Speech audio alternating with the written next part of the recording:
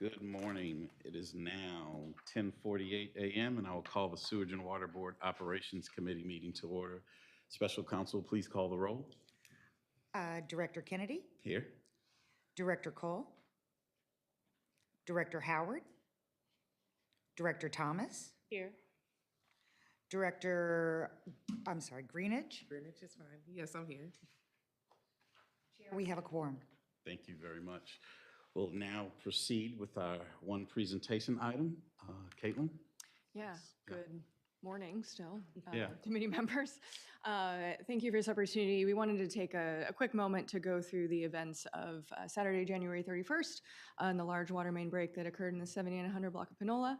And I'm joined by Stephen Yang, our Deputy General Superintendent, who's over our networks division, who responded incredibly swiftly and managed the situation. So pass it to Stephen, and we'll talk a little bit about comms there at the end. Okay. Good morning, everyone. So we're going to go quickly through the situation that happened at Panola Street.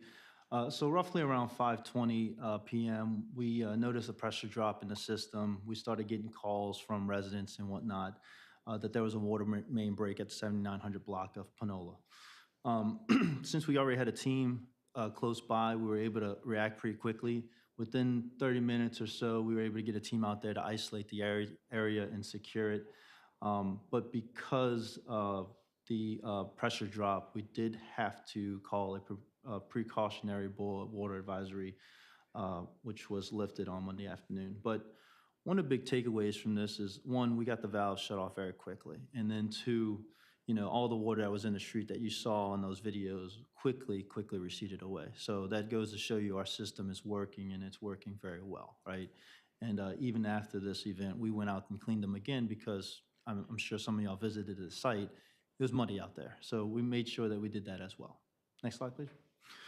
So here's a little quick snapshot of the timeline of the repair. So that night that it happened on Saturday, when we secured the site, we said, hey, look, this is kind of a dangerous situation. We'd allow the contractor to not come out there that day, but we started on Sunday morning excavating the site. And by Sunday afternoon, as you can see in the first picture, we were able to cut the pipe. And by Saturday night, we already had a repair done. And then by Monday afternoon, we had the site already ready for traffic to pass by. So we worked pretty quickly. We got, like we said, we got the water shut off, and so this was a pretty clear-cut dry repair. So here's a picture of the pipe. As you know, our system is very old. This pipe was from 1908, a cast iron pipe. Just like we see in typical breaks like this, it broke closer to the joint and not necessarily a big burst in the middle. But our system's old, and we need to put effort into preventive maintenance and things of that nature to repair these pipes and to really get past these type of situations. So, next slide, please. So, Caitlin, you want to go over the communications? Yeah, this is the end of our presentation. So we'll conclude with the communication activities. We were very busy and got a lot of feedback during this process. The first action that we need to take in the situation is to issue a precautionary boil water advisory, since we had the information that pressures in the system had dropped below 20 psi. And so we did that Sunday evening and issued subsequent press releases upon testing in progress, as well as when the BWA could be lifted Monday afternoon.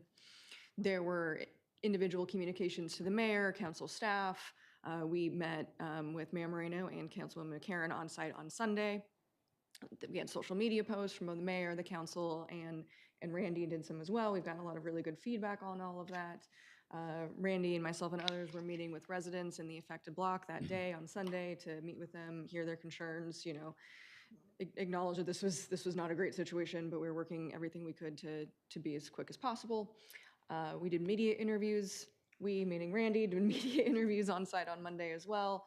And in addition to, meeting individuals at their homes when they would come out in the street, we also did send individual customer communications by flyers and the customer portal as well continued on Monday and throughout. The one thing I will say is that we have not completed the permanent paving restoration on that block. We wanted to take the opportunity to install a fire hydrant in the area, and since the ground is already disturbed, we could do that without making it worse, but that has delayed the permanent restoration, which we acknowledge is an inconvenience to people at this time. Randy, if you want to add anything. Yes, if I may, I want to say I'm very proud of how our staff handled this situation, this emergency. Now, we had some things that were in our advantage, that we had crews that were out there that were immediately able to locate the two valves and turn it off. That was critical, and I think that was the beginning of our being able to be very efficient on this one. So I thought that they worked very professional, and I'm very proud of the very prompt response. Also, I want to stress that we had more of a presence, and that's just something I want to see us do across the city, in that we walked the street. I found people, the neighbors, to be very appreciative that we were there, that we took the time to talk with them, and to try to help them with some of the concerns that they had. Now, it also shows that there's a need for funding to do these replacements. When I was in Philadelphia, there's a certain miles of pipe that is replaced every year, okay? And so here, we don't have the funding to do that, and as a result, we're put in a position where we have to basically, when there is a break, address it, versus being able to, in advance, replace it when they're of a certain age. And we have an old system, over 100 years old, this pipe was. And so these are things that we need to look at. These are things that, why I'm talking to the legislators and lobbyists and trying to find additional funding and all. But again, also too, I'd stress on our communication side, we've taken to Instagram. We did it a little bit. We're going to do a lot more to allow myself to speak, to allow Caitlin and others to put our story out there and let people know and have better communications with the community. And so those are some advancements we're looking forward to implementing. I wanted to echo your sentiments. You were so visible on social media that people didn't have questions, whereas, you know, it stirs up when people don't know. Everyone saw you, and I think the communication that you all had and the visibility was excellent. The other thing that I wanted to ask specifically about this repair, and you may not know this right now, but is this pipe covered in a project worksheet that was covered under FEMA funds for repair or replacement? This is a 1908 line, correct? Yes. And something like that, it didn't show up on any project worksheet for repair or replacement or reimbursement? So this section was not covered by FEMA, but there was a couple that were done down the street on Claiborne that were FEMA eligible, right? That we did right in front of Ursuline. That section was FEMA eligible, and then the one on Louisiana and Claiborne as well, that was also FEMA eligible, but this was not. And I don't know if we still have a contact with GOSEP, but that, I would assume that should have been something that is reimbursable because that's a 1908 line. And just to check to see if we could amend that scope of work, since that, you know, that other portion was eligible, try to make this portion eligible, because there's clearly an issue. Yeah. Just a thought. Understood. So my question was similar. 1908, whatever that math is, 120 years old. Over 100, yes, sir. You know, we know, we say it, we know the theme, we have aging infrastructure. We don't currently have a replacement plan funded, as Executive Director Heyman alluded to, some other municipalities have. I'm looking forward to our next plan and see how that works out. But my question is, because this to me was an amazing recovery moment. I was very proud. I kind of wish the previous slide that had the timeline, that it started with the actual disaster. If there was a picture of the actual disaster moment, to see how far we came so fast. So the street was a river. That's what I mean. I wish we could see that right up there, because to go through all of that, watching you all work, and the types of phone calls and engagement I received, the way it changed so fast was just, that was a unique, amazing experience. But it did start with disaster, right? And so I'm glad that it turned out the way it did. Do we know how often on an annual basis we get our mains that size break? Because that was, what is it, 4 feet? Yeah, 48 inch, yes, sir. Do we have, Caitlin, I don't know if we necessarily have I know we've had a couple last year, but it's kind of sporadic, you know, sometimes you have 1 or 2 and, you know, sometimes you have none, you know, it just kind of depends on the It's year. irregular. And it's irregular, it really is. But, you know, like Randy was mentioning earlier, you know, given funding, we can do preventive maintenance and we can avoid some of these situations, right? That's the goal. I think that data is gonna help us in the pursuit of the funding though, right? To Yep. kind of say, hey, we see an uptick or it's kind of regular, 1 to 3 a year. Whatever the scenario is, I think that data will be great in our communications. Sure, we can get you that information.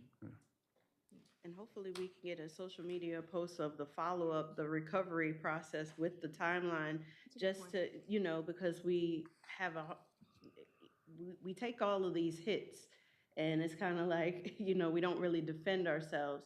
And this was such a good opportunity to showcase how well you all are working, how fast you're working. And this is a beautiful display that I think the public needs to know too. Okay, absolutely, we can do that. And one thing too, I would stress, and you're right, it's, we're out of sight, out of mind so often. All the good work that took place would have taken place, well, or was taking place in other places. It just wasn't on Instagram, and That's right. and maybe we could have done a better job of getting the word out there. But the employees we have are dedicated every day making these type of things happen. And what I want to do is take advantage of social media and our communication skills and get the word out there more so that it is better appreciated and also people understand what the problems are. Are you able to share the approximate cost of this project? We don't have the cost yet, but I'm sure we can get that to you. I think that's important to share as well, just to give perspective on this being a major break, but in just this spot, like what the scope of cost is for that. Because sometimes when you're able to quantify that, that can assist with the social media post as well. Yes.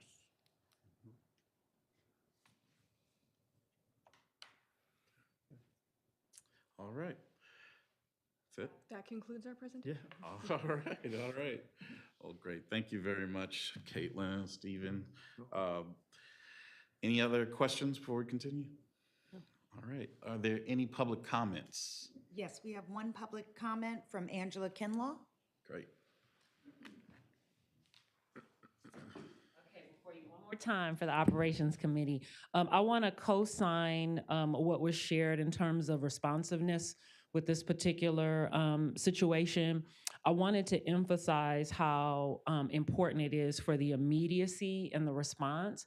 And I think that there's a lot to be said about local workers being able to respond quickly and to be able to close that gap between whatever the cost is of local workers and then, of course, third-party contracts. So I just kind of want to keep doubling down on that because while it is true that the stories need to be told, we're looking for this kind of consistency across the board, across the city, across districts, across wards. And so it just feels really important, and you already asked my question, I was gonna ask it, and I know there's not an answer now, but definitely interested in the cost of the project and definitely interested in what that means for proactive plans in terms of the difference between replacement and then, of course, repair. That's it. Thank you. Thank you very much. Any additional public comment? Any more? Oh, That's no, it? none, I'm sorry. That's okay, that's okay. Thank you very much. Any other questions, comments from this committee? All right, then I will entertain a motion to adjourn. So moved. Moved by Director Thomas. Second. Second by Director Greenwich. All in favor? Aye. This meeting is adjourned. Thank you very much. Thank you. Thank you.